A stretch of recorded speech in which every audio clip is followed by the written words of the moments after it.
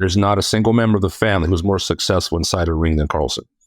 He was by far the most successful coach. Carlos Gracie Jr. is like right next to him, but Carlson had a dominant team for 3 decades in Brazil. Mr. Robert Drysdale, thank you so much for writing this book. It's bloody amazing. And I got to tell you, I laughed out loud when I got to page 435, and in the archives, you had a picture of Carlson Gracie from 1954 doing omoplata in an MMA fight. That's my favorite technique, and I love coming across old pictures of people doing techniques that are cutting edge now. Yeah. And people have been doing it forever. And of course, it was Carlson. And I think a lot of this conversation today is going to be about Carlson. But first of all, it must feel awfully good to have this book off your chest. Man, it was a lot of work. I mean, this one was a lot more work than the first for a variety of reasons. There's a lot more reading and research that went towards the first one. There was a lot of it was my memories. It was it read like a diary, really, not so much a history book per se. This one was a lot more, cross-referencing, checking the sources, editing. Oh my God, I did most of the editing myself. I had other people look it over, but before I just handed everything to my editor. Like this time, I did it most of the heavy lifting by myself. Diagramming was a nightmare.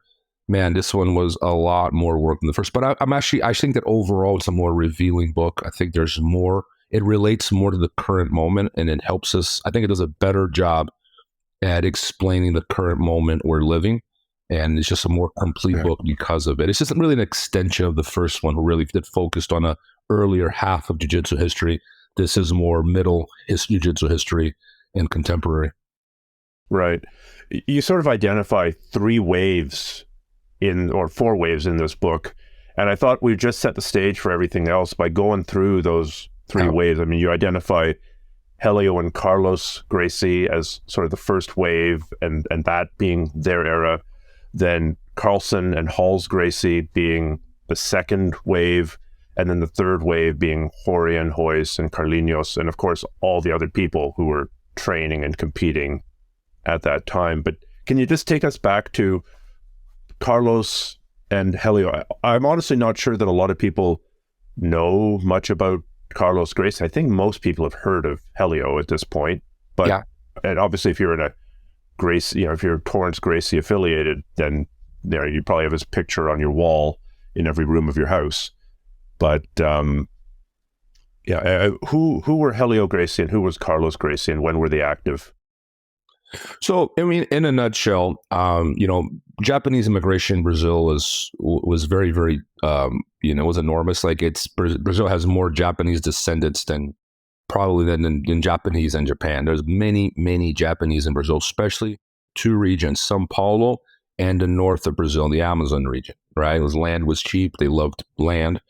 Maeda was one of the Japanese that went to Brazil. He wasn't the only one. He became the central figure because he was famous. So a lot of Brazilians, Carlos included, used Maeda as a trampoline for themselves because he was the guy with all the credibility. Remember, in 1920s, 30s, telling people that you were a Brazilian who taught judo / jiu-jitsu was not an easy thing to do. People would not believe you. You were not handed immediate credibility. So he, basically claimed that he was a student of Maeda, and he started to try to start a program in São Paulo. Didn't take off. He goes to Rio. He partners up with an old friend of his, Donato Pires dos Reis. They start an academy.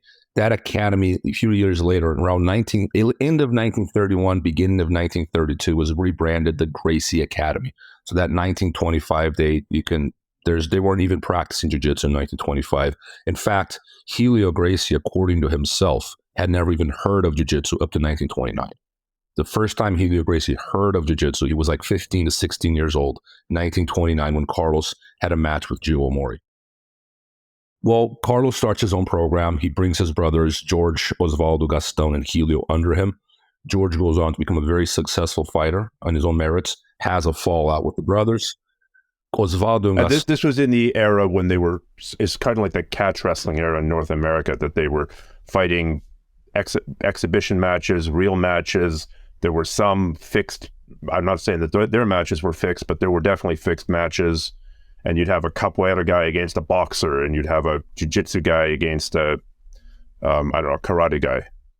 Yeah, it was definitely definitely a lot of. I mean, they grew out of the circus, right? Like, I opened this new book with the chapters. It's very instructive that how this idea of efficiency and entertainment have always been balancing one another. I mean, catch wrestling and pro wrestling are perfect examples of this need to find this balance. Judo went through a similar motion in Japan, right? One of the reasons why Jigoro Kano wanted to distance themselves from these traditional jiu-jitsu schools was because they were becoming associated with circus acts and professional fighting. And he wanted something more traditional and educational, right? In Brazil, there's a similar motion that goes on in Brazil, whereas the Gracie brothers, they have a foot in the circus and they have a foot in judo.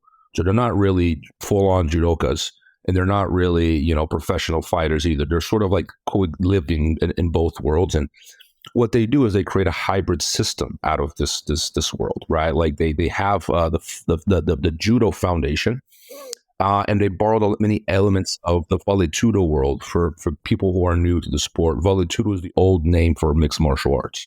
It was after the UFC really blew up. It became anglicized into MMA. But prior to MMA, it was known as either NHB in the US and always Vale Tudo in Brazil. It's a tradition that goes back to the 1930s. So there's a reason why I started that first wave in the early 1930s, because that's when the Gracie Academy was born. That's when the history of Brazilian Jiu-Jitsu was born, between like 1931, 32. We have George Gracie fighting Chico Soledade in 33. So that era right there. So you see the Gracie is molding a new world, right, out of judo and out of Vale Tudo. I call it the Gracie fighting system. They call it Gracie Jiu-Jitsu. They believe they were rescuing pre-Meiji Jiu-Jitsu. Clearly, that wasn't the case. They were just doing judo. They were modifying judo to their own preferences. How do we know that that's not the case? How do we know that it's not some traditional Japanese jiu-jitsu system that's come down as opposed to modified judo? I like that you're asking these questions, because these are the questions that are a lot of, and I skip all this because to me it's a given a lot of times. Like, people know this, so I appreciate you asking. Because whoever Carlos learned from, like the Jacinto Ferro is the strongest candidate. I mean, in fact, it's not Maeda. We don't think currently that he learned much from Maeda. So Carlos learned through Jacinto Ferro, who was the actual instructor. So it was like a third lineage down, right? Maeda, Jacinto Ferro, and then Carlos. Gio Mori, he had a very close relationship with Gio Mori. And then Takeo Yano has a very close relationship with the Gracie family too for a long period, especially George. So the three sources, the three links to Japan are Maeda indirectly, Gio Mori directly, and Takeo Yano. His relationship was closer to George than it was to Carlos and Helio, but it's likely that some of that knowledge made its way into the Gracie Academy as well. So all three of them are Kodokan black belts. Neither of them had any experience in pre-Meiji Jiu-Jitsu. Remember, Maeda was a Kodokan black belt. He was not from any school that preceded the Kodokan. Same thing with Gio Mori, same thing with Takeo Yano. So there's just no way for Helio and Carlos to have had any contact with anything that preceded judo. It's just impossible, because their teachers didn't know anything about it. Their teachers were judokas. How could they be rescuing something that their teachers themselves were not acquainted with? Now, what is possible was that as Kodokan Judo became more sport-oriented, they had a different interpretation of what judo ought to be. They called it jiu-jitsu because the terms were synonyms early in the 20th century. And they felt that they were actually rescuing something. They were going to keep the martial aspect of judo alive. And if that were the case, in some ways they were right, because they really were keeping a more martially oriented version of judo. On the other hand, I mean, they were not saving anything, and they were not rescuing an old traditional, there was none of that. It was just judo. There's just no way around it. As your friend and mine, Daniele Bolelli, has pointed out, it was easy for Jigoro Kano, the founder of judo, to take the moral high horse. And, judo is for everyone. Judo is for peace. Judo is for mutual benefit. But one thing that helped spread judo was the fact that he had a bunch of really tough guys who did a lot of street fighting and a lot of, fighting against other styles to represent sort of the badass aspect of judo. So then Kano could like sit back and, oh, I don't approve of this. But you know what? If this gives me in the art a whole bunch of publicity, it's not really the worst thing ever. So maybe that hardcore element was more represented among those Japanese immigrants. Is that possible? It's possible. I mean, I don't know. And the history of judo is something I know really vaguely, primarily through craze, which is what I have relied on in terms of like understanding the history of judo and that development of that period. But these guys were definitely fighters. They fought. I mean, guys like Joe Mori, he had a story very similar to Maeda's in some ways. Like he traveled the world fighting, and he had multiple matches, many fake matches, without a doubt. It was common in those days. So it's just one of those things where like there's just a lot of experience that these guys gathered over time, and they were fighters, man. They loved it. But Joe Mori, especially, he was the kind of guy that would jump in the ring against anyone, anytime, anywhere, any rule set. He didn't care. He was a natural fighter, just one of those guys. But so in that sense, you could see that the Gracie family, Carlos and Helio in particular, during this period, they were preserving an aspect of judo that became excessively sported throughout the 1940s, 50s, 60s, because judo itself was evolving, towards the masses, trying to reach a broad market, to really becoming democratized, which is what Jigoro Kano wanted. He wanted judo for the masses. And in that process, they lost some of the qualities that perhaps had made judo special to begin with. And, as I hope it's in between the lines in the book, is Brazilian Jiu-Jitsu is undergoing a very similar process of democratization and losing credibility in that process as well, at least in terms of efficiency of fighting, not necessarily popularity. We are becoming more popular. But again, karate has undergone that too. I make the analogy in the book between Elvis Presley and Joe Rogan, what Elvis Presley did for karate. He popularized it, but there was like a loss of credibility in that process, and I think something similar is happening. I got the idea of a cyclical motion in martial arts from Shockey. The idea is not originally mine. I want to make that clear, but it was, you're going through these sources and you're going, man, it's clearly cyclical. Like it's the popularization, it reaches its peak, but then it begins like a process of like loss of credibility as a result. So if we go back to that first wave and the Gracie Academy in the 30s and 40s and 50s, what was being taught at the school? And how were people training? What was the training method? Who was being taught?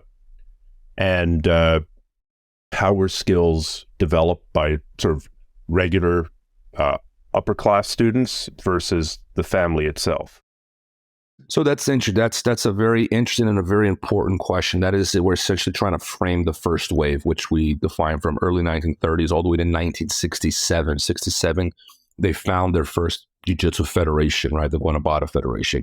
And what was taught is very instructive because it tells us, it kind of reinforces the thesis of the new book of how Jiu-Jitsu undergone really a revolution in technical terms from 67 onwards, especially 75. We'll talk about that down the road. But basically, it was a self-defense oriented system for geared towards private lessons. They targeted wealthier clients. They did not have group classes. I think this was the big shocker. It's actually the information was already in the first book, but I completely missed it. It was only when I was talking to these old timers for the second book that I reread my first book. Wait a second, these guys, they had no group classes. Oh, that's insane. I don't think people realize how important that is in terms of evolution. Like, how do you evolve? How do you advance in art? Just training, but in a private format, it's very difficult. There's no evolution.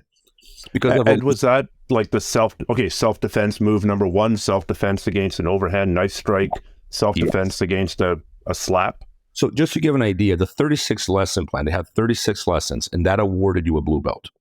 These 36 lessons were a mixture between what you would call a traditional self-defense system that you can see in, various books of the time, or even today. Like half the books on this shelf are from that era.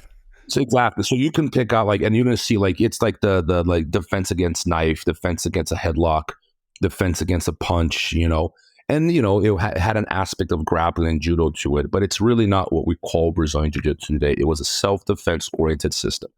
36 lessons, you're awarded a blue belt.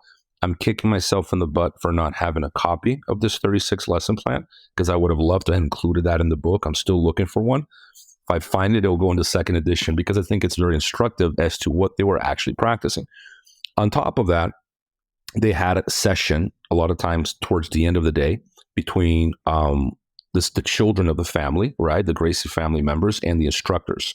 And they would train amongst themselves at the end of the day a little bit.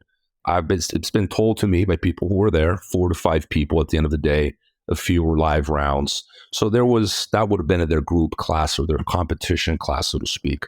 It wasn't open to everyone. It was Gracie members and the closest students, the ones that they held as like they're like the second tier with the ranks of jiu-jitsu at that time.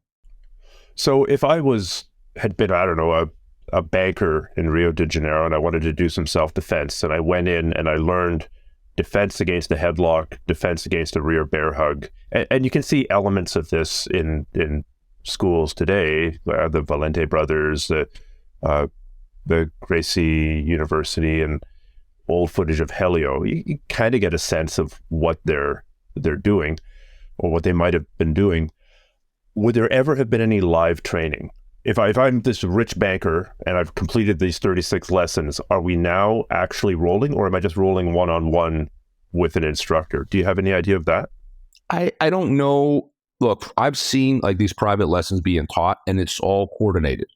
Like I've seen, it's a lot of coordination. It's almost like a dance, right? And I'm not trying to insult anyone here, but it's just coordinated. I do this, you do that, you do that. It's like you're following a script. If they practice live, I'm unaware of it. What I've been told from these guys, and this is including members of the Gracie family, is that they didn't train live with students.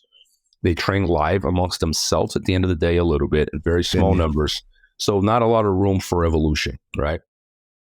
And that so it was almost the techniques that they would use in Vale Tudo, or when push came to shove, were kept secret. That was an accusation. But also the training method was kept secret. Like you could have all the techniques in the world, but it's the training method that makes the magic. It's the training method that allows you to pull stuff off under pressure. So if they weren't generally rolling live with their students, they were also hiding the actual method of getting better, which is live rolling. Yes. And that's exactly my point, Stephen. Like this is like, there was a lid on it. Whether they did it intentionally or not, they didn't know better. Right. There is an element of control. At least one member of the Gracie family would describe that Helio would peek through the window when Carlson was teaching to make sure that he wasn't deviating from the official curriculum. Carlson obviously had his experience in Vale Tudo, right? He was the member of the family that most that most fought, and later on, the trained most champions. I'm going to talk a little bit more about Carlson down the road, but Helio would be peeking through the window. You want to make sure that Carlson was not teaching anything that wasn't in the curriculum, because that would upset Helio. That was part of the problem. He didn't want anything outside of the original curriculum. Carlson obviously had a different understanding of that's one of the reasons why he left to open his own school, which essentially would help give birth or give a body to the second wave of practitioners that 67 to 93, which is probably the most interesting period in jiu-jitsu history, really. It's not even this first. I mean, initially, the Japanese immigration was like, oh man, that's what I was really focused on. But I think this period between 67 and 93 is really the period in what we call Brazilian Jiu-Jitsu took shape. And it's interesting who the key players are during this period. And that's like a whole story in itself. Well, let's get there. We're now talking the second wave. Yeah. We had Helio and Carlos basically teaching a small group of private clients for a lot of money. Yeah. And then training amongst themselves. And then as they stopped fighting, I think Carlos competed a few times, but it was mostly Helio. Yeah. But when they wound down, then Carlson began to compete. And is that sort of the beginning of the second wave, or is it when Carlson leaves to start his own school? So there's an event, it's a very important event to understand. Helio was marketed by Carlson himself as the best jiu-jitsu fighter in Brazil, as the leader of the clan. He was marketed as this guy that was invincible. He couldn't lose. If he drew, he didn't really won because he didn't lose. The marketing ploy, the fight with Kimura was a moral victory, yada, yada, yada, right? In 1955, Helio fights Waldemar and loses. He basically gets beat up by his former student. Who is Waldemar? Waldemar was the former janitor of the school. So they had their instructors that were also like either family members or instructors or janitors, right? They'll take care of like the gym, make sure it's clean, wash the gis, that sort of thing. And Waldemar was this guy who was a former member of the Gracie family, a member of the Gracie Academy. He wanted to compete under an event where they did fixed fights. Helio did not want that association. Waldemar broke with Helio and said, listen, I'm going to do this. I'm getting paid. I'm going to do it. So he goes and does it. That creates a rift. Waldemar is kicked out of the Gracie Academy. That leads to a series of insults. They fight. That's the 3-hour fight that everyone always talks about. Helio got demolished by his former student. Helio was older. He was 40-something. He had like very short preparation, very short notice. I can't remember the exact time, but it was very short. And he didn't do well. Waldemar beat him up. And basically, the Gracie Academy's reputation was on the ground in Rio at this time because Waldemar took advantage of that moment and promoted himself very well as the new champion. They didn't really have, Helio wasn't going to beat him. That was obvious. So Carlson, who was fairly young, stepped up to the mark and goes, I'll fight him. Even though they were friends and former training partners, Carlson said, I'll represent the family. Carlson goes in a jiu-jitsu match. They fight to a draw in 55, into 55, I believe, in the gi. Carlson dominates, but it's official. That's not Vale Tudo. That's just jiu-jitsu.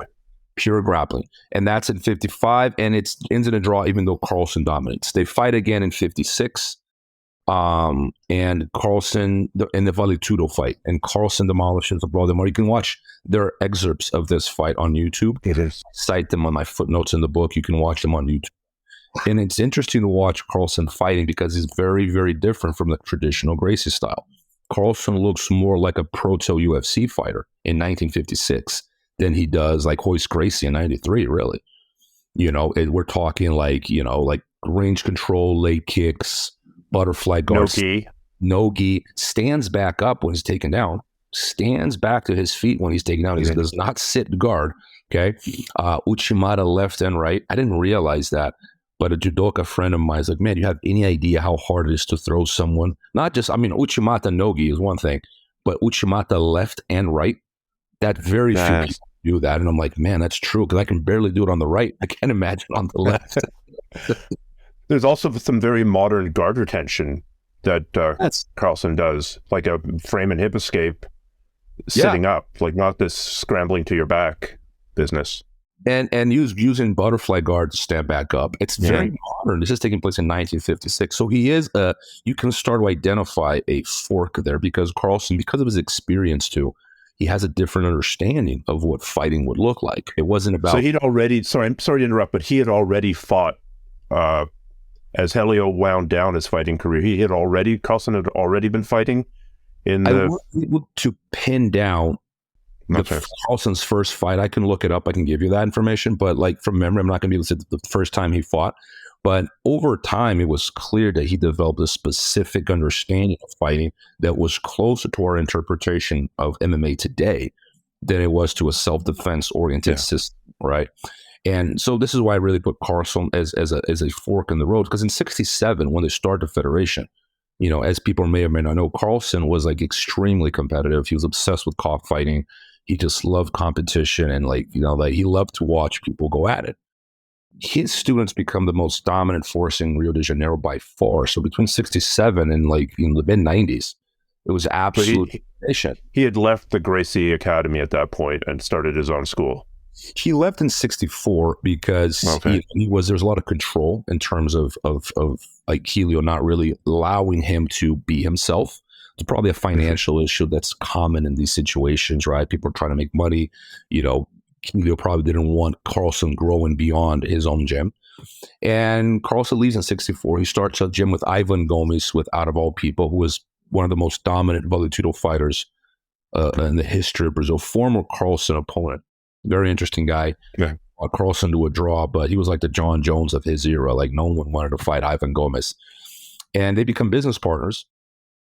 Then Carlson starts applying his methodology to what we now call Brazilian Jiu-Jitsu, which was essentially what we do today. Group classes, drops the prices, not private lessons, less focus on self-defense, more focus on competitive rounds. right? And he's recruiting like all these athletic guys from the beaches of Copacabana and Ipanema. And he's saying, hey, man, you want to train like a champion? This is how champions train. And he starts training these animals, and they're dominating the competition scene in Rio from 67 to 90 mid-90s, really, past Hoist even. Carlson's team won everything there was to win in Rio. It was absolute domination, like every division. And this is very clear when you talk to these guys. They're all confirming it. The record, as far as we know, it confirms that. Now, what's interesting is, why did Carlson dominate?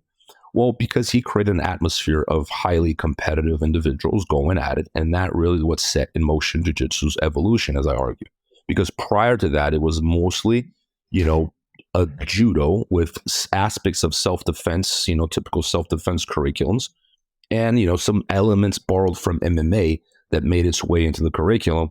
But there was no outlet for evolution, because you can't evolve in the private format. Because as me and you know, Stephen, like, you can't. Evolution is not a product of genius. It's not this guy thinking in bed, I'm going to think about these positions while I sit here and watch people train. Like, there's no such thing. It's a product. It's a product of solving problems on the spot. I have a problem. Holy shit! I've never been in this position before. How do I get out? Exactly. You have to improvise, and from improvisation, from accidents, really, you have all these grand ideas. And my experience, at least, is like, that's exactly whatever positions I was able to come up with were a product of accidents and improvisations on the spot. They were not products of me sitting in bed thinking about stuff, And I think the more competition you have, the more problems you have, the more the need to solve them in a fast, and you have to solve them quickly. I think the faster the evolution. And Carlson creates that environment.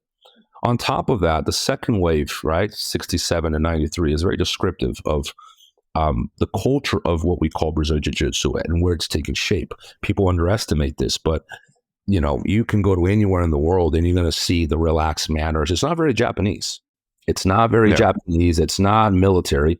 It's very flip-flops, acai after practice. It's more surf wear than it is. Like, you don't see people with button-up shirts, walking into jiu-jitsu gyms. It's mostly, people, it's your average. It's your average carioca, man. Like, carioca is someone native Rio de Janeiro. And that culture is also first name basis with your coach often. I mean, that's beginning to change now as we start stacking master and grandmaster on top of titles. And I professor even, which I have a personal, this is just me. I dislike that quite a bit, because when I started in jiu-jitsu, it didn't matter if the guy had a black belt and a bunch of stripes. He went first name or nickname. Yeah. Now it's master, professor, sifu, which is kind of reverting back to traditional martial arts. But I'm off on a tangent. I'll shut up. No, but you're absolutely right. But there was a shift there. It was aspects of Rio de Janeiro's beach culture that made its way into jiu-jitsu through Carlson. Because remember, the center of jiu-jitsu in Rio de Janeiro is Carlson's gym. Now, we're going to talk a bit more about this gym and Hollis's role next to Carlson. I'll talk about that in a second. But I want to talk about the culture that made its way, because that culture is very descriptive of something that did not take place inside the Gracie Academy. It was not the culture of the original Gracie Academy, which was very formal, more military-like. I won't say Japanese, but more structured, more cohesive, more hierarchical, aimed at businessmen and and people in the wealthier classes of Rio. Carlson changes all that. It's like, hey man, he got the beachgoers, he got the soccer players. He got the guys that walk around in flip-flops and walk with their shirt off. And he was like, these were the guys that would become the big names of the second wave. They gave the second wave shape. Another interesting thing happens. I want to mention this even before I start talking about Hollis, because Hollis is another key figure of the second wave, is that the rule set, going back to the first wave. So the Gracie fighting system begins to take shape early in the 1930s in Rio de Janeiro.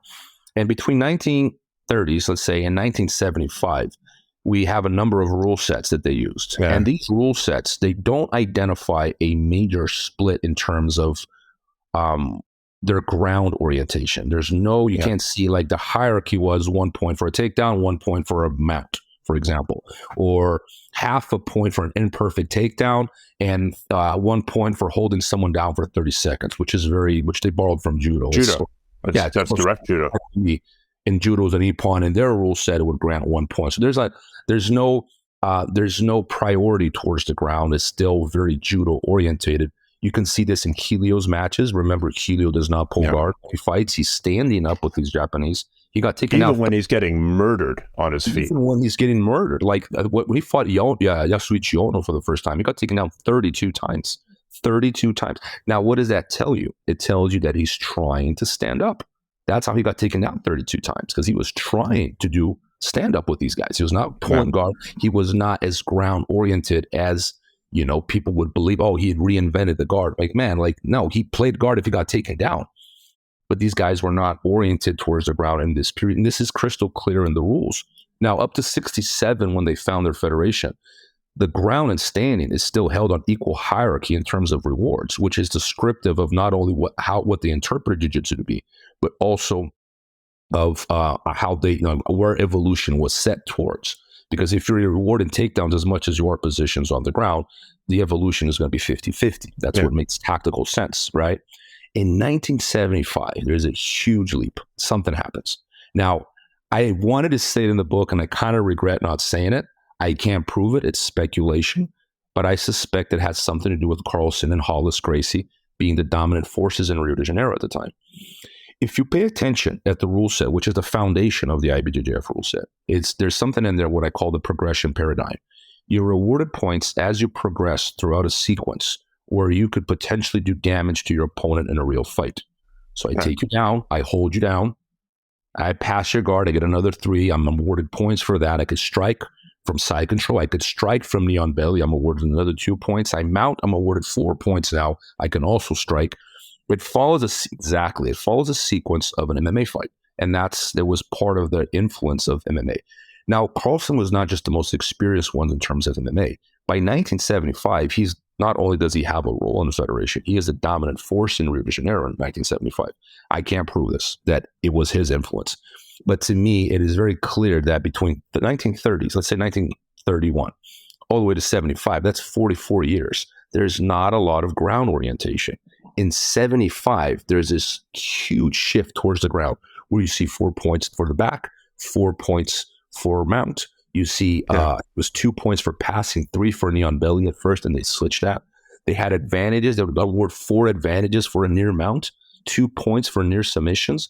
And then when it comes to takedowns, you're seeing 2 points.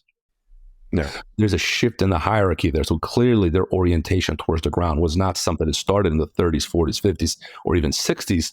It's something that took place between 67 and 75, right? When jiu-jitsu was taken, that's when it really started taking the form, the shape it has today in both technical and cultural terms. And this is crystal clear when you look at the rule set. You see their evolution, 45 years of almost no changes and towards of ground orientation. 75, it's like a genetic mutation. Boom, open a whole new realm of possibilities because of this rule set.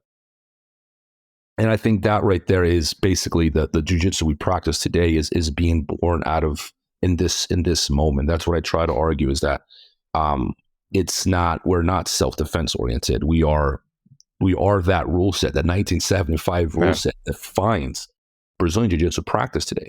I mean, the fighting for the mount, fighting for the back. This is not something that made tactical sense in 1954, for example. But in an era when the level of stand-up wrestling, what we would now call freestyling Greco, was not very high in Brazil, and in an era where if you took the gi off, you nullified a lot of judo takedowns, was this not... So are you arguing that it was Carlson's recognition of how important it is to get knee on belly, to get the mount, to take the back, based on his MMA or Vale Tudo fighting experience that then made its way into the rule set? Like, how would it, whether it was Carlson driving those rule changes or the knowledge that Carlson bestowed onto people, are you arguing that he was responsible for those rules? Directly or indirectly? I can't prove it because I wasn't part of those meetings. If we had transcripts of those meetings when they were changing the rules, we would know for sure, but we don't. So it's speculation. I do think it's odd that between 1931 in 1975, you don't see this change. You don't see ground. 44 years, and you don't see a significant change in their interpretation of what judo/jiu-jitsu was. 1975, it's like, whoa, what happened here? Something happened there. And it had to do with their interpretation of what jiu-jitsu was. They were reinterpreting the art. Now, why did it take so long? Remember, 1975, Helio and Carlos are no longer the dominant forces in jiu-jitsu.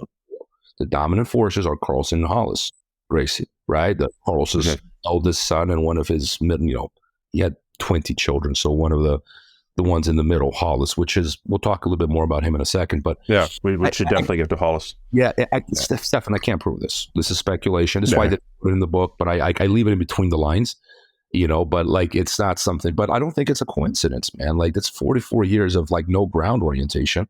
You don't see the influence of MMA in the 1954 rule set. It's closer to judo. And then in 67, you don't see that either. That progression paradigm is not there. And in 75, it's crystal clear. It's just like these. Well, it almost seems like the early Gracie era, the first wave, was people practicing several different martial arts at the same time. Yeah. Here's our self-defense system. And I've really pissed off some major players in the jiu-jitsu space by saying this, but even when the Gracie family was still fighting MMA, you almost never saw any of the Gracie self-defense appear in their fights. So what they were manifesting in MMA fights was very different from the curriculum that was the core, or what I understand to be the core of what was being taught. So that now requires you to train two things. Okay, here's the kata form, punch defense number one, and now I've got to train something else for competing. And one might be gi, the other might be no gi. I mean, although it seems like a lot of the early superiority of the Gracie approach in the 30s and 40s really came from like, okay, you're a boxer, you can punch me, but you have to wear the gi. Yeah. And we're going to fight with you wearing the gi too. And in these debates about the rules right before the match. And if I had to fight Mike Tyson, I would prefer to have him be wearing a gi by far. For sure. Yeah. But it's interesting you say that, because that's a problem that we bump into somewhere along the way. If you have a self-defense oriented system, how do you get the sport to grow? Because when we see a martial art grow, it grows through the federation, a competitive circuit. Yeah. The Gracie family understood that if they wanted to be like judo, they would have to follow in judo's footsteps. So basically what they did in 67 is they create a second interpretation of jiu-jitsu, one that is oriented towards self-defense, right? Like a street attack that's coordinated, like you're describing. And the other one that is competition-oriented, which is heavily influenced by judo, and they're not the same systems, right? They're different systems. And this is a problem because they want to maintain their foot in the reality of combat. That's what their self-defense was for, or at least in theory, that's what they were trying to do. And then when it comes to the competition circuit, as anyone who's competed knows, like, you're trying to play by the rules, you're trying to win, not necessarily be realistic. So you create a world where eventually that evolution will lead away from the reality of combat. So you're basically creating a rift in your own martial art. And this is a problem that judo has had.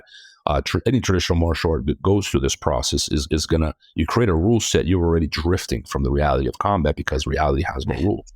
So there's just no way around that. And the tendency is over time for these things to drift apart. And there was a big problem, and it's never been solved. And, for example, there are schools around the world that still stick to the Gracie Academy original curriculum. Like, and I say this, I mentioned in this book, probably the closest representation of Helio Gracie's jiu-jitsu, or the Gracie Academy per se, is the Valenti brothers in Miami. Right. And we call it jiu-jitsu, using the same word, but that's wildly different from the jiu-jitsu that's practiced at Cyborg's gym in Miami, for example. They're not, we're using the same word, but they're different martial arts. And that's because one of them is oriented towards that original self-defense model with a very specific culture and clientele. Right. And the other one is pretty much what Carlson was doing. It's what we call Carlson Gracie Jiu-Jitsu. And Carlson was fully aware of this when as he drifted away from the original curriculum. Because he specifically said, this is an interview and he's talking like, don't confuse Gracie Jiu-Jitsu with Carlson Gracie Jiu-Jitsu. He was fully aware that he was doing something new. And it was working because his team went on to dominate the competition circuit in Brazil. Later on, they would be like Jiu-Jitsu's best representatives in MMA, like in the mid-90s, early 90s, early 2000s. All those guys from BTT winning at Pride. That was Carlson Gracie's school. So he was right in the sense that he was really created a whole new environment for jiu-jitsu to involve in.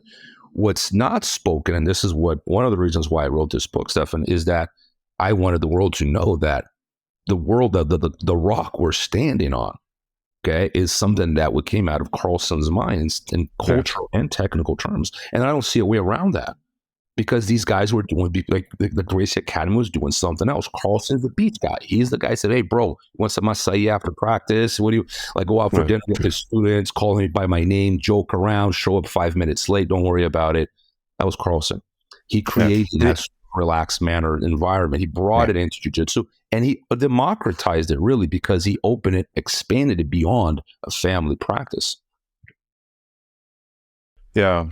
And the changing of the training method. I mean, if you get a bunch of animals together in a room and allow them to essentially fight for dominance, you're going to, the ones that survive will be really tough animals. Whereas if you're only ever training with a small group of people, I mean, that if that's all you have, that's all you have. Yeah. But you just shouldn't fool yourself. I mean, if all you have is your little garage training group in Alaska somewhere, cool. You're going to get better than if you don't train. But if you want to compete at the world level, you better at least spend some time in a gym full of 50 killers. Yeah. So that you get hit with this, hit with that. You know, this guy's super fast, this guy's super strong, this guy's got insane flexibility. You need that live. I mean, it's kind of amazing that we have to say this. It's now taken for granted that you need live training to get better. But this was revolutionary at a certain point in history. It wasn't obvious then, No. yeah. Yeah, it's because I think that the idea of the genius is still very, very present in martial arts. Like Bruce Lee was a genius. So-and-so is a genius. I'm like a little skeptical when it comes to these things. I can think you can have individuals that are important or significant. Maybe they have a superior grappling intelligence. I think, but it's not by a lot. My experience as a coach, as a practitioner, as an observant of the art, is that evolution really is a product of competition, more of competition than of genius. You know, but it's easy to frame, oh, this guy created this system, you know, by watching people train or by just thinking about it on the edge of the mats. And it's just such a great ice pitch, because if you sell yourself well enough, it's easy to drink that Kool-Aid, because we want to believe that there's this one guy that knows it all. Look how smart he is. But that's not the reality of learning. That's not the reality of competition or revolution. Like you throw the guys on the mats training enough, and they're gonna get better. They're gonna come up with solutions to the problems they're gonna pose to one another. Yeah. So, can you talk about Hollis Gracie and his relationship? I mean, he's Carlos Gracie's son. Yeah. But Carlos was busy, basically promoting a religion and fathering as many children as possible. I think that's maybe I could word that more politely, but that's the truth. Yeah. His relationship to Helio and his relationship to Carlson, which I guess brings us to that school, the Crucible of Jiu-Jitsu. Interesting. So Hollis is, you know, he's from a second generation of Gracie children, like, you know, Carlson hops into that first generation. Carlos has a bunch of women after that, a bunch of girls. And then Helio and Carlos go back to having a bunch of boys. So they're all growing up together, right? Carle, Hollis, Horian, Helson, you know, later Hickson, you know, and these guys are part of a later generation of children of the Gracie family. Hollis was, after Carlson's retirement, like everything was pointed at him to be next in line to be the new family alpha. They always had that, the number one in the family, right? It was George, and it was Helio, and then it was Carlson, and now that position was up for grabs. Hollis was coming across as the new family champion because he was the best one. The thing was, Helio wanted Horian to be that guy. He wanted Helson to be that. He wanted one of his own children. He had a biological bias towards his own children, which is not surprising, right? So even though Hollis really was raised by Helio as like one of his own children, he was not his actual child. And just footnote here, I'm saying Hollis because that's how Brazilians pronounce it. I've been corrected a million times in the last year. So, but you would read Rolls. So if you see Rolls Gracie with 2 L's, that's Brazilians say Hollis, not Rolls. So I'm going to say Hollis because, like I said, I've been corrected too many times. But Hollis was next in line. And what's interesting about Hollis is that, and this is according to multiple accounts, but it's interesting, people say this in off. No one would say this on the record. They would say it and they go off. Except one person, actually one member of the Gracie family says it. And we'll talk about that interview in a second. But basically, it's like, yeah, man, when Hollis came over to train with my dad, he wasn't doing that great. He was getting beat by brown belts. And like people are going to. So when Hollis went to train with Carlson, Hollis was training at the Gracie Academy. He was one of the instructors there. He wasn't, when he trained with Carlson students, he wasn't doing great. He was getting killed, not killed.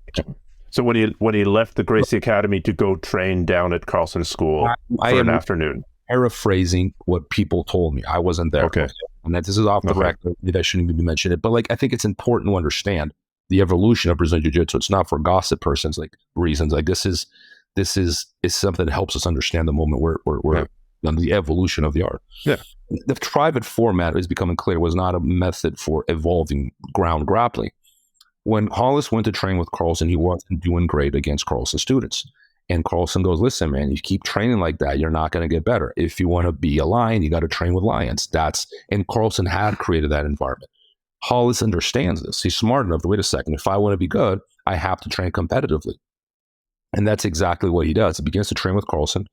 And that right there creates the kind of right, because at some point they're working together as business partners, right? And Hollis is borrowing Carlson's methodology, slowly moving away from the original curriculum. He's starting to understand that live rounds with large groups of individuals is better for evolution. However, they have business differences, but they're still brothers. They love each other. They become, this is very interesting, they become rivals inside the whole gym. So they're splitting rent, but they're alternating days on the mats, right? Their students cross-train. It was sort of like one group, but in competition, there was Carlson students and there were Hollis students. And this is very important because Jiu-Jitsu needed competition. Carlson needed competition. Carlson was so dominant. Had he had no competitors, how do you evolve the art? Hollis was the team who came along and said, I'm going to offer you some competition. And the only guys that came close to beating Carlson guys during that year were the Hollis guys. Right, and like that lineage right there, which would eventually become even more successful than Carlson's lineage in terms of jiu-jitsu competition. We're talking Carlos Gracie Jr. and Romero Cavalcanti, like the two biggest jiu-jitsu teams in the world today. But this rivalry was extremely important, and it took place in the same building, alternating days. I argue, and I think there's a very strong case to be made here, is that the brand of jiu-jitsu that took the world by storm after Royce in '93 was born out of that academy by the hands of Carlson and Hollis Gracie, both in technical and cultural terms. Now, there's no invention. But how can that be if Royce... So are we talking about Royce? Because Royce was still training at the Gracie Academy mostly. Well, Royce was a student of Hollis too. People skip that, but he trained under Hollis. Okay. So did Hoyler. But Royce was a good representative of the classical Gracie fighting system. There's no doubt about that. But up to the Royce Gracie era, that style was no longer. From '67, '93, that style was not the dominant style. Okay, so we're talking about the second wave now. Royce has not yet come along. Yeah, so when Royce comes along, he makes jiu-jitsu popular. So now everyone wants to see what is this Brazilian jiu-jitsu thing? Who are these Gracies? And now this plethora of practitioners from the second wave, from Rio de Janeiro, go on to colonize the world. Those guys were all training under Carlson's methods. The wave of Brazilians that left to colonize the world was training in Carlson Gracie's methods, which was the beach culture of Rio in cultural terms. It was Carlson's personality, the relaxed manners. That's descriptive of Carlson as a human. And then in technical terms, it was the group classes, live rolling group classes, like not very self-defense oriented. The self-defense became kind of like a niche thing that people only talk about, but most of us have never even practiced. So, I mean, it's very clear that the brand of jiu-jitsu that went on to colonize the world, that made jiu-jitsu world phenom, was born out of Carlson's gym. And it's very different from the original Gracie Academy. There's just no way around that. Although you talk about it in the book and you have cool photos of them training it, they did still train. And my coach, who was a Carlson Gracie black belt, Marcus Suarez, talks about this as well, that once in a while they would take off the gi tops and we could slap each other. I wouldn't slap you in the balls, I wouldn't slap you in the face, but I could slap you in the head. And we would fight like that. Or one person would put on gloves and the other person would try and clinch. And so that's arguably still self-defense / Vale Tudo training, which they were doing at a time, if I remember correctly, when Vale Tudo was banned, at least in Rio. Yeah. Absolutely correct. So we're still doing self-defense-y type stuff once in a while, just not technique number 1, technique number 2. They're doing that live as well. So what's interesting about the second wave, 67 and 93, right, which is really the wave that shapes Brazilian Jiu-Jitsu, is that despite Vale Tudo being largely banned during that era, you're right, like Vale Tudo was something extremely popular in the 50s in Brazil, but in the 60s it started slowing down. Like they can't get licenses, the government's not approving at that point. So these guys are putting all their energy into a competitive sphere, the 1967 Federation, right? Those guys got their experience. Like Hollis, for example, he had one Vale Tudo fight. His experience came almost exclusively from the competition scene of Rio. And it was the same for all the other practitioners of the second wave. At that point, Carlson was retired.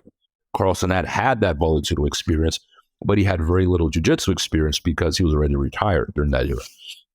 What's interesting is that you see this the second wave, that despite them having their experience inside a jiu-jitsu tournament format, that they kept their foot within the ground. They kept grounded in the reality of combat. So even though they were practicing under a sporting format, there were cultural buffers that prevented them from evolving in the wrong direction. What they would have perceived as the wrong direction, today it's perceived as the right direction, namely anything that wouldn't work in a fight. Think a lapel guard. Because of the slaps. The slaps were one form. It was not the only one, but it was one form of these buffers to prevent evolution in the wrong direction. If you did a shin-to-shin guard, what would happen? You get smacked in the head. Right. If you play a deep half guard, you get smacked in the ear. So you won't do it. So if you're getting smacked in the ear every time you do something that doesn't work in a fight, you end up fighting the way you would in Vale Tudo and MMA. If you're playing guard, you have your back on the ground. You're using your feet as a guard. You're guarding your head from being hit. That's what guard is. That's where the term guard comes from. I am guarding my head with my feet so I don't get hit. So you're practicing jiu-jitsu completely differently. And what's interesting is that, and I to me this is obvious too, is if you got a black belt in the mid 90s, and you threw in a Vale Tudo ring, the average black belt could put up a fight with just about anyone. May not win in the UFC, but they could put up a fight because they had been trained to put their hands up and clinch. Right? They've been trained to play guard with strikes involved. They had been trained to do all these things, hold someone down and ground and pound. Whereas like the current generation just can't do that. So you see that those buffers, when they're removed in the 90s, you can no longer slap people. I can no longer hit you in practice. That's politically incorrect. That's not going to be a good business model. What happened was these guys started evolving in a different direction that would have never been possible in the 70s. Listen, it's not that those guys in the 70s were stupid and they could not figure out a 50-50 or a lapel guard, but it was unthinkable to do something that wasn't working in a fight because they would remind themselves. Like Hoyler talks about this with a conversation he had with Helio. Helio was one of those buffers. He was like, no, don't do that. It wouldn't work in a fight. Hoyler's trying to do something trendy and cool that would work in competition, but didn't work in a fight. And he's reprimanded by his father. So even though it was not illegal for him to play, let's say it was a lapel guard, for example, or a spider guard, it was not illegal per se. There was flack that you would receive in case you did something to work in a fight. As a result, you moved away from that.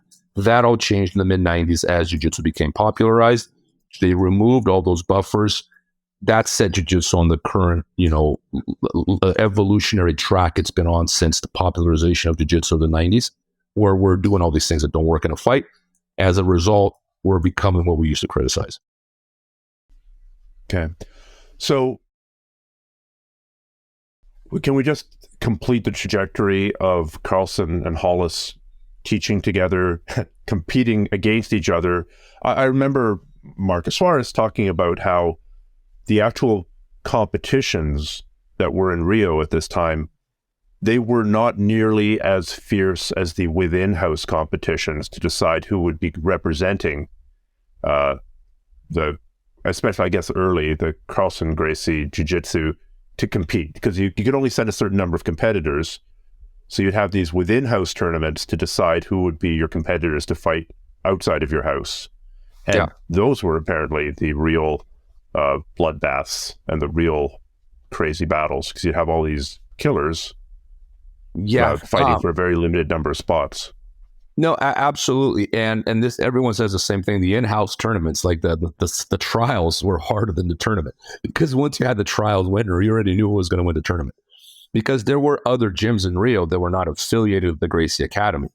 But because up to 1981, it might have been a little bit before, but 1981 for sure, Carlson was already competing away from the Gracie Academy.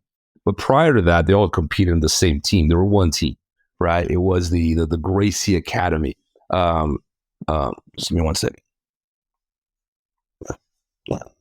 It was the Gracie Academy. But once they start competing separately, right, that's when they stopped the trials. But before that, when they were all competing under the Gracie Academy, they had to meet in the trials in an in-house tournament. The trials, and between Hollis, Carlson's, and the Gracie Academy's students, those three, and they would decide who the champion was, like who was going to represent the Gracie Academy, right? So you're fighting between Hollis and Carlson students. You had the best guys in Rio de Janeiro fighting each other on these trials. So by the time you won the trials, like you were fighting all these other smaller schools where the competition was not as fierce. So yeah, it's true that the trials were actually harder than the tournament. Okay. And now, what year did Hollis die? Because it really seemed like he was on a trajectory, at least in retrospect, on a trajectory to be the next representative, as you called it, kind of the next alpha. Yeah. To use a term I don't much like, but whatever. We all know what it means. But then, he died in a hang gliding accident. Yeah. Well, he dies in 82, so he dies fairly young. Yeah. He's not fully grown into his full potential. I think it's fair to say that he became that number one during that period. He was the most dominant guy from all accounts.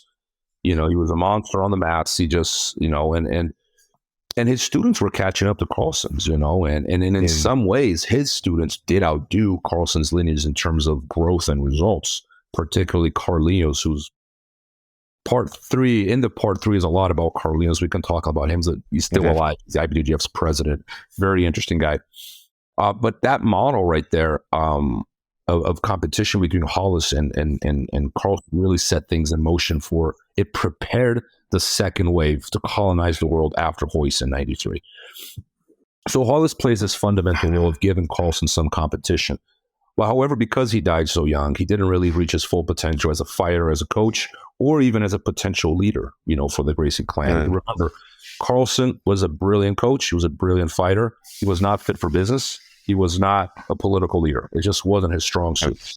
Helio was aging. He was not as active later, like somewhere like a late 80s, early 90s. We can never precise exactly when this happens, but he's replaced by Carlson Gracie, who passed away recently, and lost the position of president of the federation because they felt that he wasn't doing enough.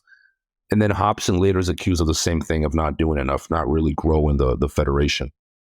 But Jiu-Jitsu it was very clear that Jiu-Jitsu was in need of a political leader, someone that would unite the clan, someone that everyone loved and respected, someone that was a badass on the mats, because you couldn't just be a good businessman. You had to be respected as a fighter, as a coach, to move up the ranks in the family. And Hollis had all that potential going for him, but because he died so young, any potential he could have had, hypothetical, as a political leader, dies with him. So there's this vacuum that's left in jiu-jitsu, and it's the void that's not only the loss of a loved person, but also the void of someone that had the potential, because he had a foot in both sides of the family, to potentially, create a unified version of jiu-jitsu. Hollis, to some extent, was replaced by Carlos Gracie Jr., which was it's his younger brother, one of his main students.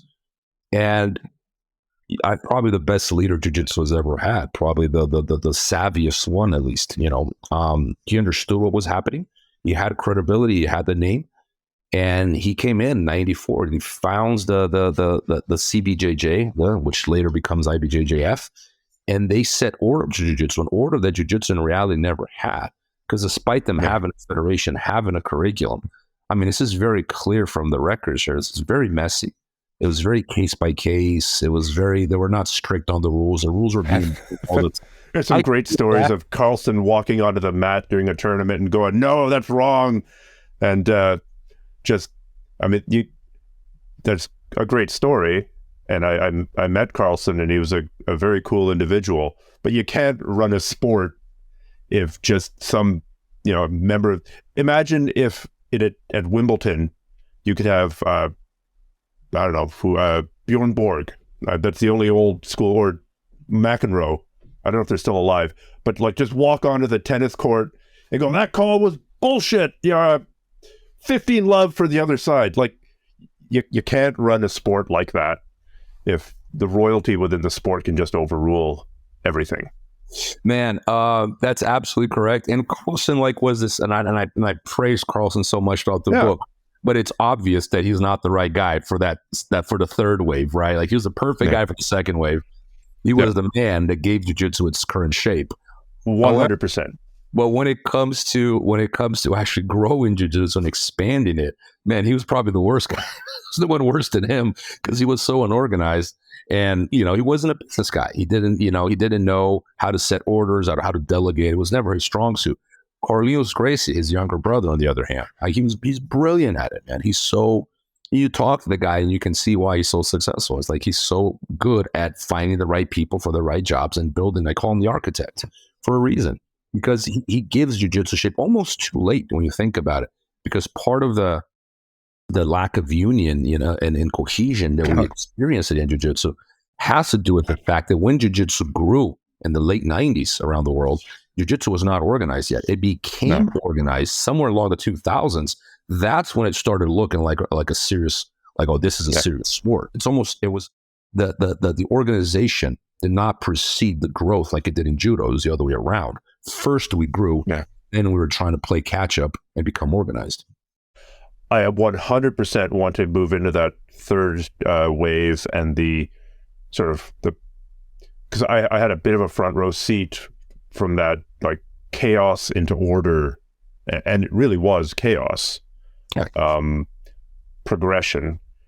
But I think we should wrap up the Carlson Gracie arc, and it really is it's like a bit of a Shakespearean tragedy, because this man who essentially, you could argue, saved jiu-jitsu from extinction. Yeah. Or kept it relevant anyway, kept it relevant for 30 years, maybe more than that, and trained an entire generation of fighters, eventually ended up becoming alienated from all of his top people. Can we just talk about that? I don't want to gawk on that, but it's a huge part of jiu-jitsu history. It is a tragedy, and you're absolutely right. This is an absolute tragedy what happened to Carlson, because and to some extent, and as much as a fan of Carlson I am and always have been, I always will be. Some of it was his own personality that made him so lovable. Also made him incredibly stubborn. He could have conceded. But long story short, Carlson never kept for money. We had one of his students tell me, look, man, my guess is about only 10% of students were paying. Most people didn't even pay. And everyone confirms this. Carlson was the kind of guy, he'd come back from the US with a brand new pair of shoes, and someone would say, hey man, nice shoes, nice watch. And he'd go like this. He'd take it off and go give it to the guy. That's the kind of guy Carlson was. He wouldn't have to pay.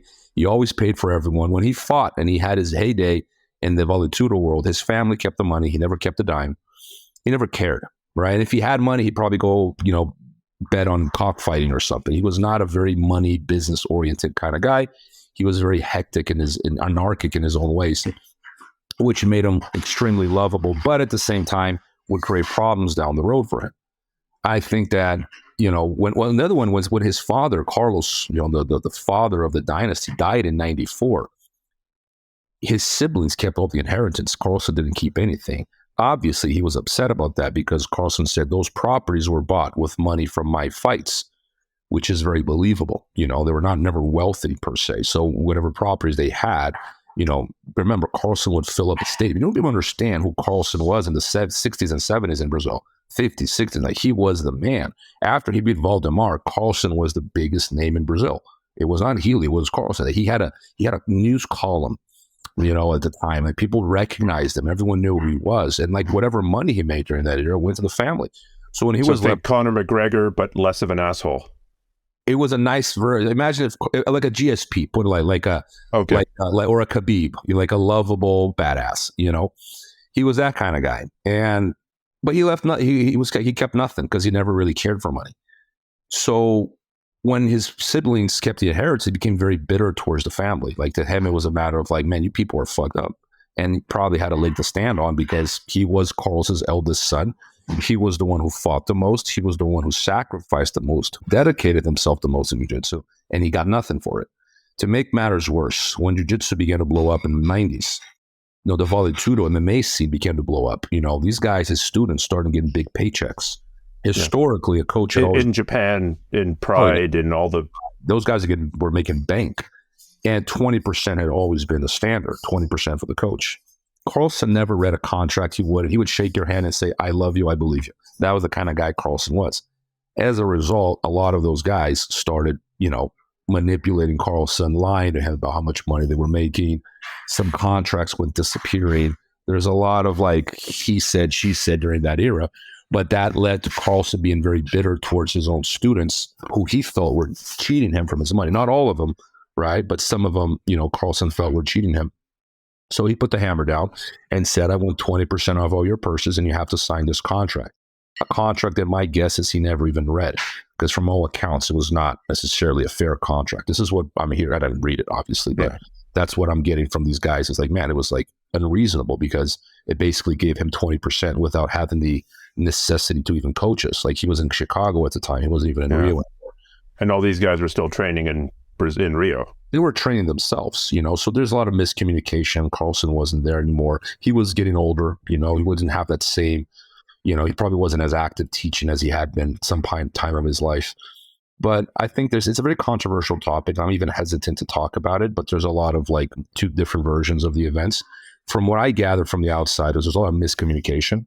My guess is that Carlson never read that contract either, but he put the hammer down. He was incredibly stubborn about it. And he became very bitter towards him, and, eventually he kicked off his students from Carlson. These guys did not want to leave. We have witnesses tell man, I saw Liborio cry. These guys did not want to go anywhere. But it was a very sad chain of events that led to a lot of resentment. And it ended one of the most beautiful episodes in the history of jiu-jitsu with the death of Carlson, who really died fairly young, and it was probably mostly out of grief than anything. He was, according to all accounts, very, very bitter towards the end, because I think he saw the sport that he had played, the art that he had played the biggest role in growing and developing, right, blow up around the world. He's seen these guys winning in Pride. He's seen all these guys become stars. He's seen, IBJJF take off, and he's seen that what was his dream from the beginning, that was his vision. Because remember, he was the one saying, we got to bring Vale Tudo back to promote jiu-jitsu. So he saw his vision. He saw his dream. He saw his guys winning. He saw the world that he had created conquer the martial arts world.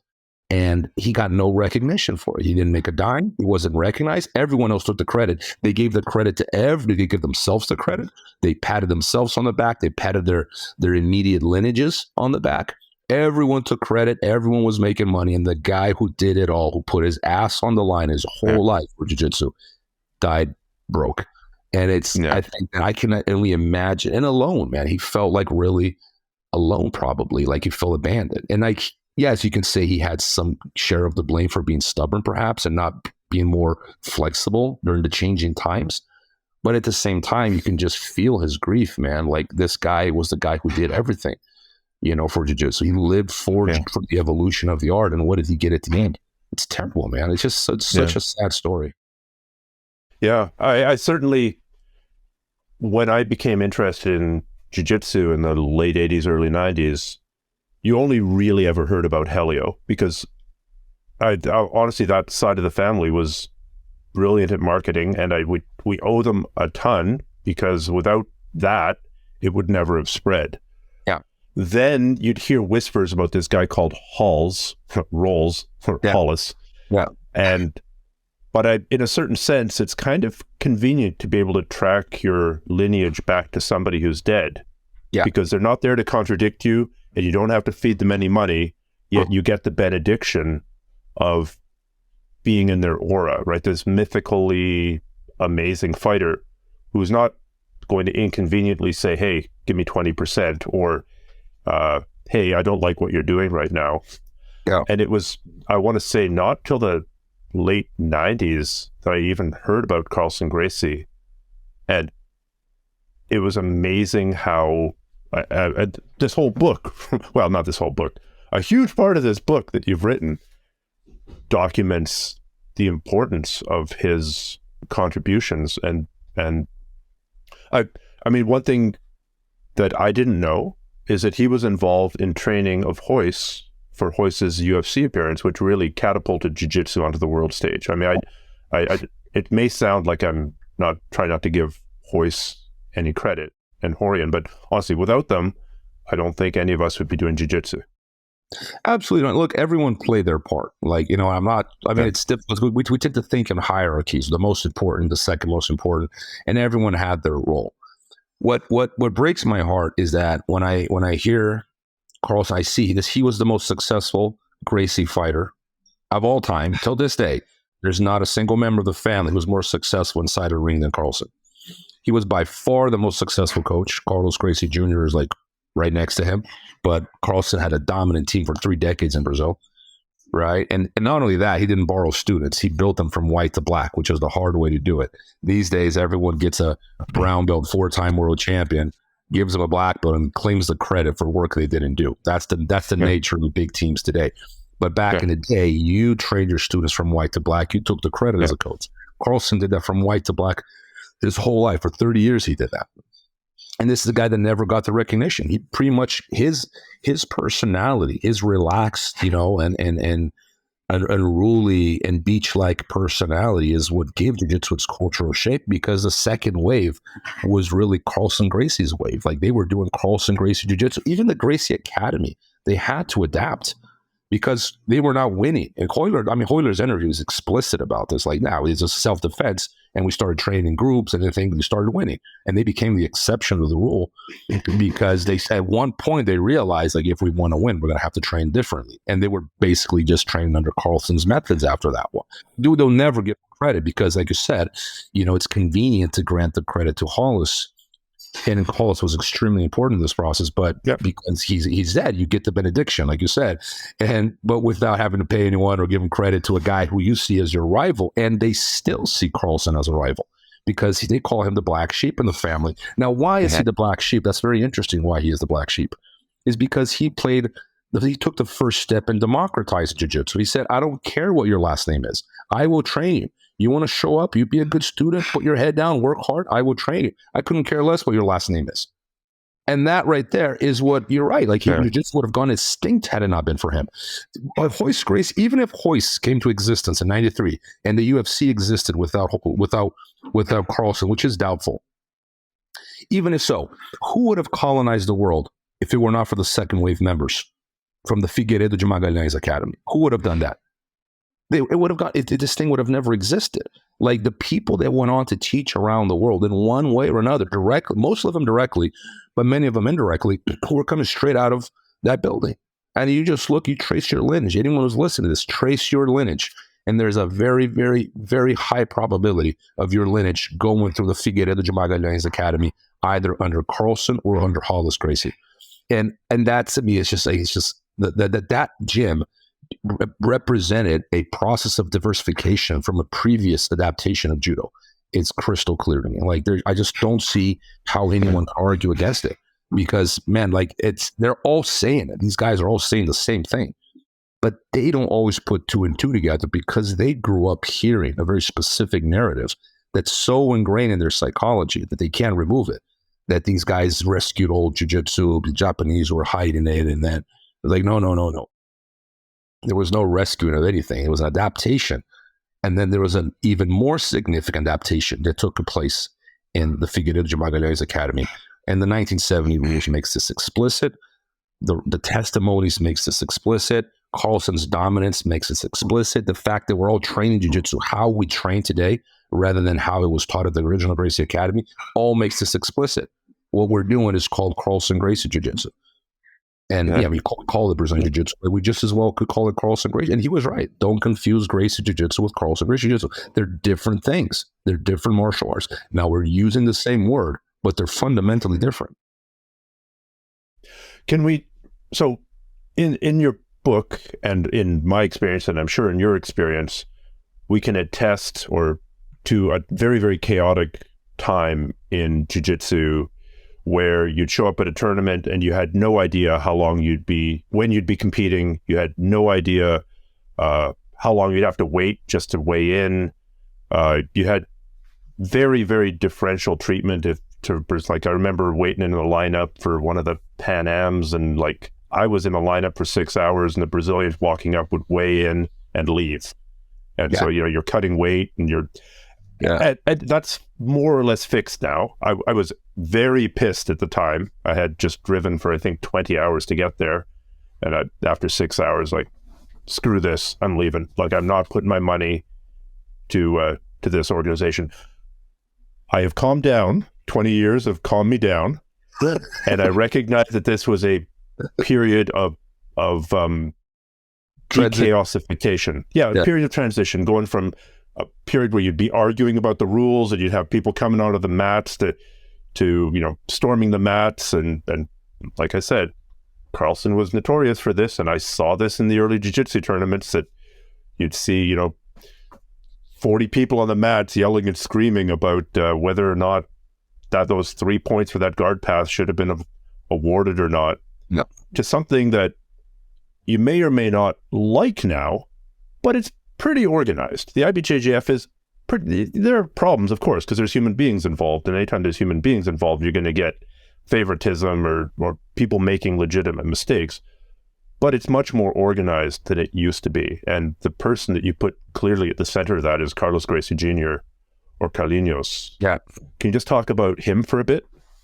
Yes. So he is the central figure of the third of the democratic era, as I call it. Like, once jiu-jitsu blew up after Royce, he goes on to basically claim the crown of jiu-jitsu, a much needed position of jiu-jitsu's political leader, because it was up for grabs. As Helio aged and Carlson wasn't fit for it, Hollis had died, Carlos Gracie was just he was senile at that point. So jiu-jitsu really didn't have a leader. Now, they can say, yes, we did. It was like, man, it's so clear that it was messy. It was not clear. When Carlinhos did it in 94, everyone was looking at him, who the hell do you think you are? He wasn't the oldest. He wasn't the highest ranking one. He wasn't like necessarily the best fighter. I mean, he was good, but he wasn't like this. He wasn't Hollis or like that had that alpha status, right? That Hollis had or Carlson had before him. But he went and did it because he had the brains to do it. He had the qualities necessary. There's a chapter in there I call Taming the Ogres. It's probably one of my favorite chapters in the book, because Carlinhos is a very funny guy too. He used that. These ogres would run around, fight, take their jackets off, and scream at the referee. And I remember this, man. This is like 2001. I used to see referees like eating pizza while refereeing. They're like have like a pizza in one hand, and then they'd have to switch the pizza to the other hand and give the point. Like, it's just like they're on the phone talking. I remember this. They'd be on their cell phone, like giving points, and refereeing went on the phone. People would invade them. I've seen members of the Gracie family jump over like the fence and reverse the score and jump back out because they didn't agree with what the score had been. They jumped in, flipped the scoreboard, and go and jump. I've seen this happen right in front of my eyes. I'm like, I couldn't believe it. So things were very chaotic. They were not fair. If people complain about IBJF today, you have no idea what jiu-jitsu was in the late 90s. So imagine in the 80s, it was probably even worse. But they were trying to give structure and credibility to the sport, because you're not going to grow beyond a niche tough guy practice of Rio de Janeiro unless you have some standards here. And there's a very interesting story of how they did this. It's in the first book. They talked to a friend of one of their students who taught in Japan. He organized, I think, events in Japan. And the IBJJF guys asked him, so what do you do when the athlete is late? They're asking a Japanese this, and he goes, late? What do you mean? And he was like, what do you do when the athlete is late? Like, what do you have? Like, the guy couldn't understand the question. When he finally understood the question, he goes, late? No. If they're late, they're disqualified immediately. And that's when the IBJJF was like, holy shit. Like, there's a reason why these guys run things they do. It works that way. So they began to become more strict on, and it was, there's a caption in one of the opening chapters. It says, order is progress. It's a play with the Brazilian flag, order and progress. Order is progress. And I think that's what jiu-jitsu needed. It needed order in order to progress. I think and they did that. I have my disagreements with them. I think a lot of things about rules that I think that shouldn't even exist. Like, I like a jiu-jitsu as Carlson interpreted it, a jiu-jitsu that was grounded in the reality of combat as Carlson envisioned it. With that being said, in terms of jiu-jitsu, its growth and credibility, like, I don't think we could be here, without the IBJJF or Carlos Gracie Jr. Because what he did was, like, Carlson created the recipe of that beach culture, relaxed manners, group classes, go to war, competition. but he didn't have the tools to make it grow. His younger brother comes along and says, listen, I'm going to get this recipe right here. This is a winning recipe. It was born out of the Figueiredo de Magalhães Academy, out of the rivalry between Carlson Gracie and Hollis Gracie. And I'm going to get this recipe and I'm going to give it an oven. And I'm going to call this oven the CBJJ/IBJJF. And this is going to grow and it's going to take over the world because it's a phenomenal recipe. And he did that. You know, he did that. And I don't care what a lot of people don't like the IBJJF. And I could probably make a better case against the IBJJF than most people. But at the end of the day, if whatever structure and order jiu-jitsu has today, it's because of that. Yeah. You know, and there were the rankings, the credibility, the system, the organization. Like, you just look at their tournaments, it seems like it goes to show how important this was for jiu-jitsu, that we had a Kodokan. You know, we never had that. We never had that structure that the Japanese had from the get-go. Like, we had to create that on the go. And I think it's an incredible story, man, not only as a coach, but I think as a political leader, he's a crucial, you know, piece of this story. It's because he's alive, so people don't always appreciate things as they're happening, you know? Like, I'm sure that people who knew Jigoro Kano would have said, yeah, that's just Jigoro Kano. Today, we're like, holy cow, man, that's Jigoro Kano. Love to shake his hand and say thank you, you know, like, holy, but, you know, 100 years from now, I think people are going to be, you know, reading this story and they're going to look at people like Carlson and Carlinhos and they're going to go, man, what these guys did was really give give jiu-jitsu its current shape. It's amazing what they did. I've often thought that if I could do one or two things to fix jiu-jitsu, it would be saying that once a month, once every 2 months, just do jiu-jitsu, but one person's got gloves and can hit you, and just gi, no gi, doesn't matter.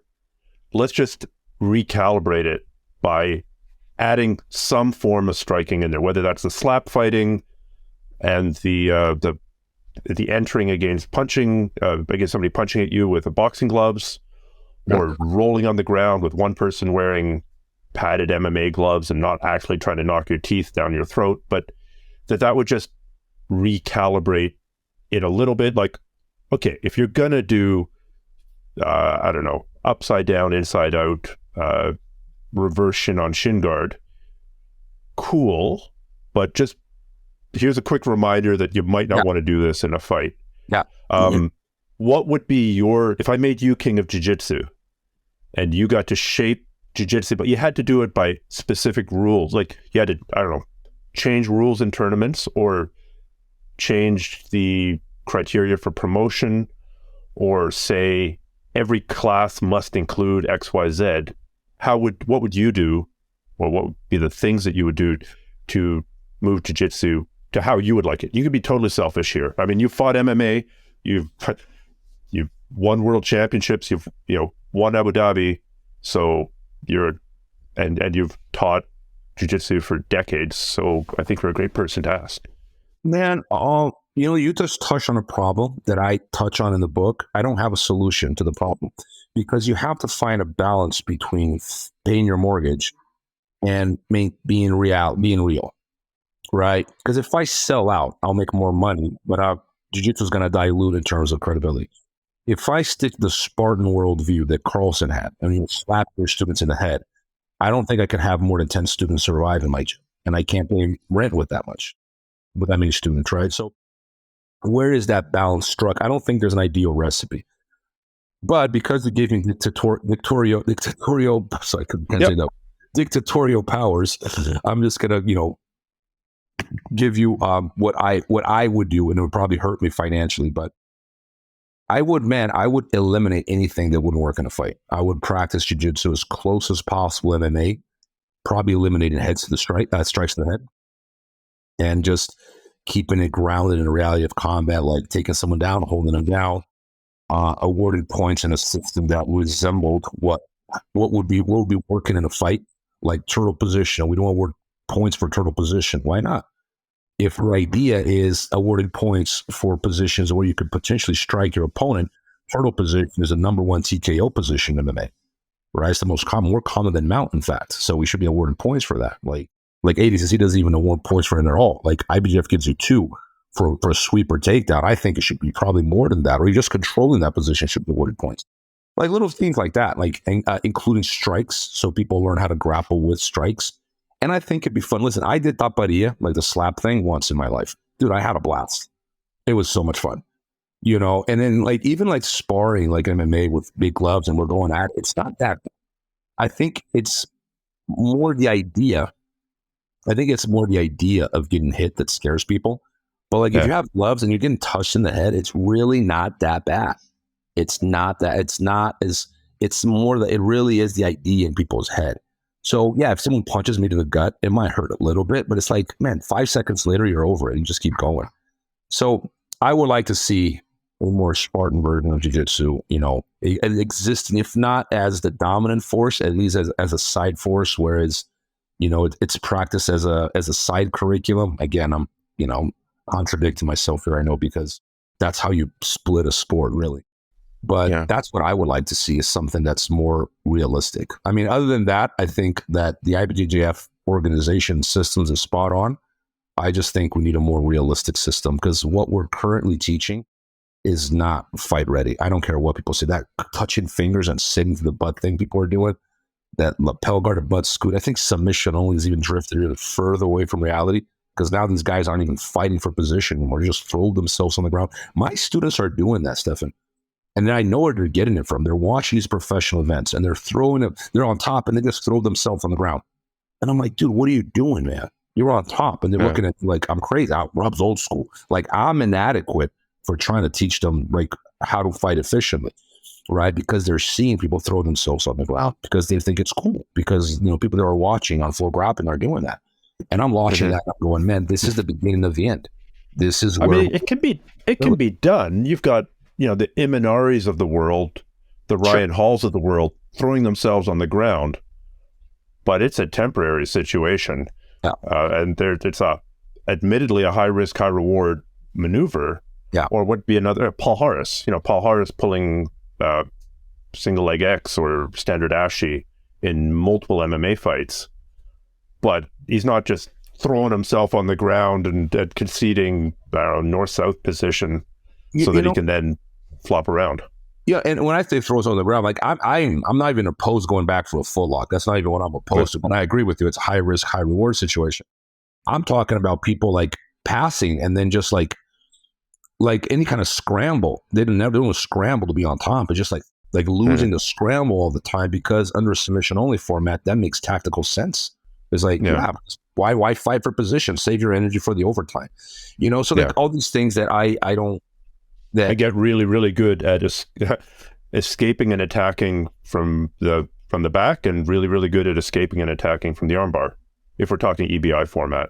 And then that makes perfect tactical sense to especially. And then they, like the Home Alone thing, where you lay flat on your back and you do this and don't move because no one can tap you if you're like that. You don't turn to your knees. That's why no one can get your back in a submission only format, because it makes no sense to go to your knees. Why would you? Whereas in a fight, that's the first thing you would do if you're underneath someone, right? If you're trying to stand back up. You see this in UFC all the time, for example. So, you know, there's this drift from reality, whereas reality used to be the guiding north of jiu-jitsu. Now we're talking about entertainment is really that north. So entertainment. Like, and when these events are described to me, this is how people argue with me. Like, Rob, but it's fun to watch. And I'm like, since when is a martial art supposed to be fun to watch? I'm like, sure, if it is as a side effect. But to me, fighting has never been about fun. It's always been about efficiency. That's the most important thing. If it happens to be entertaining and as a result, as a side effect, I'm not opposed to it. Great, even better. But to put entertainment in the driver's seat, I think, huge mistake. Well, it's interesting because no gi plus an emphasis on leg locks is obviously driving a lot of the current evolution of especially the more, call it American or North American jiu-jitsu, although I'm sure that Brazil's catching up at a lightning pace there.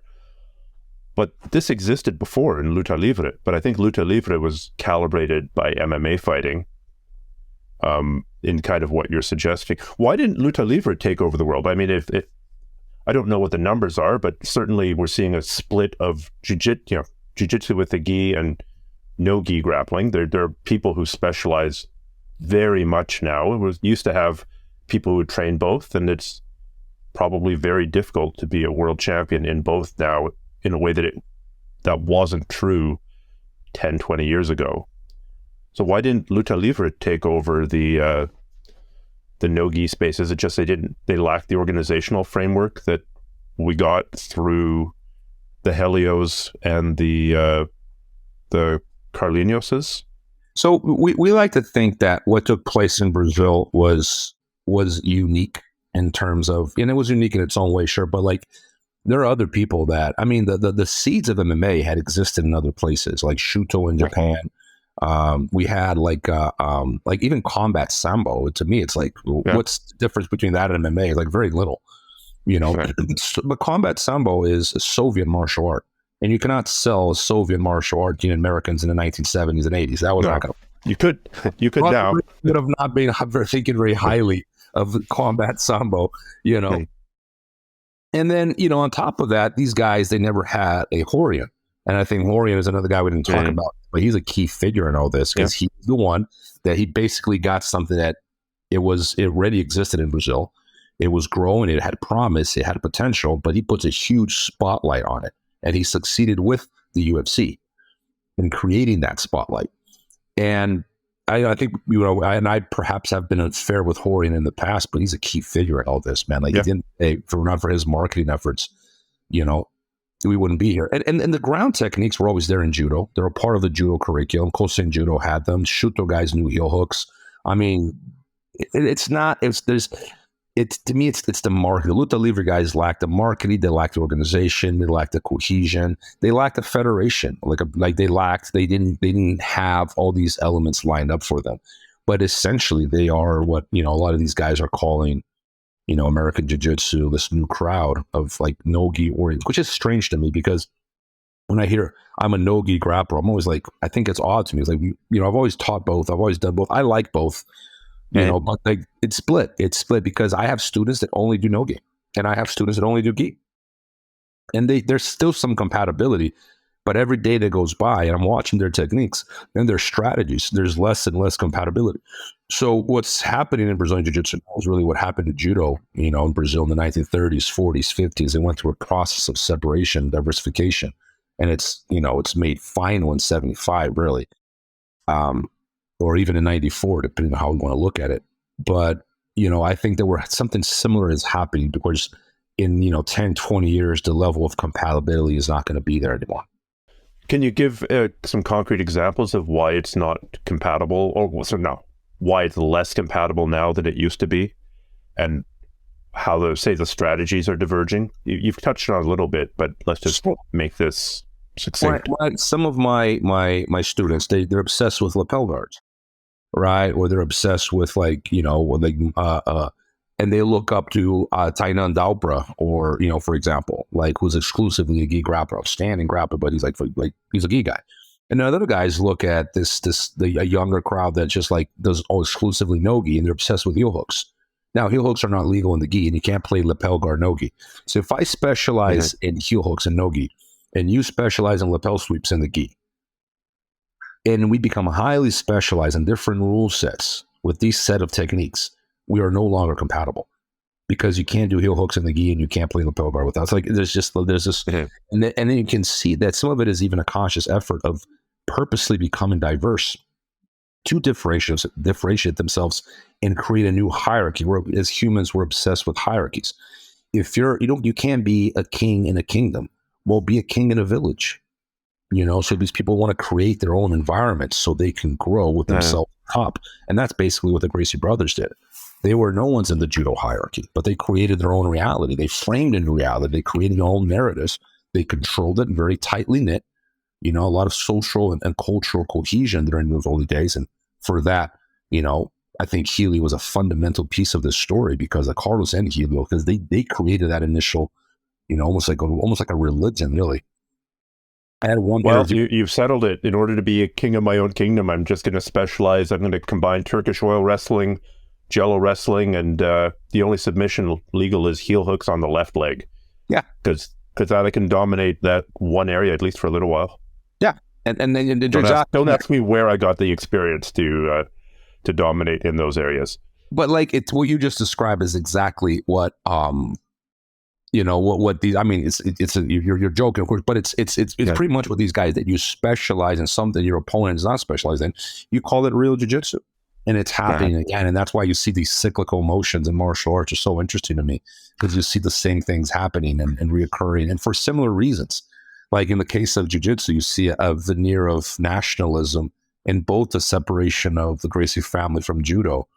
And you see now people like, oh, we're patriots, so we got to call ourselves American, as if that had anything to do with patriotism, right? But in their minds, that's what a patriot does, and it's really appealing to nationalism to try to create a separate identity, really, because it has to do with hierarchies. I don't want to be a peasant in the kingdom. I would rather be a king in a village. Right. So I think we should wrap this up.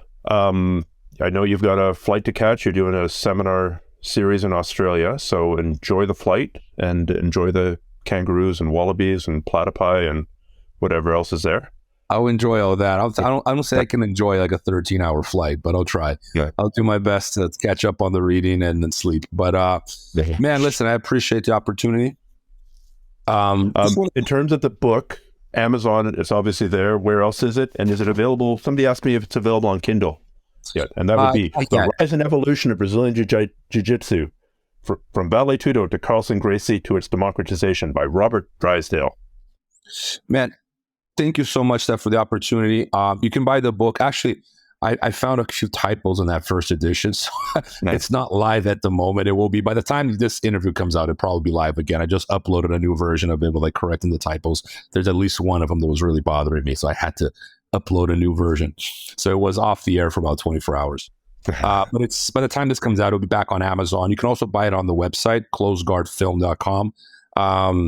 There's no advantage of buying one way or the other. It's just that on the website, I get the email. I give people updates, regular updates on what's happening with if I release an audio book, which we will have this ebook and Audible down the road. It's in the works. But for now, we only have the print version. I want to give a quick update on the documentary. It is happening. We have a whole new team in Brazil redoing it from scratch. We'll be done sometime this year. I was hoping before the end of the summer. That's the plan. We're doing a 4-part docuseries, right? It's pretty much the first book with maybe some conclusions from the second thrown in there at some point. And so I apologize for all the wait. It's been a long uphill battle, but many things. I'm not a quitter. Quitter's not one of them. So we're going to make this happen. Well, it gives us an excuse down the road to get together again, and I always enjoy talking to you. So from my perspective, it's not the worst thing in the world that it's not out yet. Well, thank you, man. Likewise, I appreciate the opportunity, Stephan. Wish we could catch up in person one of these days. Maybe we will.